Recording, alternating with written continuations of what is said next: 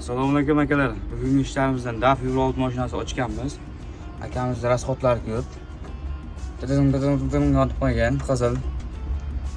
Bunga sabab mana bu injektorlardan bo'lib chiqdi. Bunga hozir original zapchastlarimizdan qo'yib berdik. Raspelator, klapanlargacha. O'zini eski zapchastlari, xudo xolasa original zapchastlardan cho'tki qilib qo'yib berdik. Aka, mashina qanday?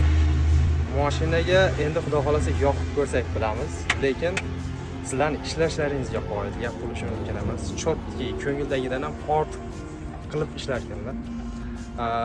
Euro dizel podpischilari, kuzatuvchilari, Xorazmdagi og'alar, haydovchilar, shoferlar, akalar kelishlaringizni tavsiya beraman. Nimaiki muammo bo'ladigan bo'lsa, mana shu sistema bo'yicha chotchi qilib tuzatib berishadi. Ko'ngilingizdagidan ham ortiq qilib. Kelaverasizlar. Zo'r. Kech bo'lishiga qaramasdan akamiz mashinalarini yurgizib berishga harakat qilyapmiz. Akalar, kimga shunaqa xizmatlar kerak bo'lsa, vizit xizmatlari ham bor. Chiroyli qilib hammasini ideal qilib beramiz. Kimga shunaqa xizmatlar kerak bo'lsa, aloqaga chiqaverasizlar.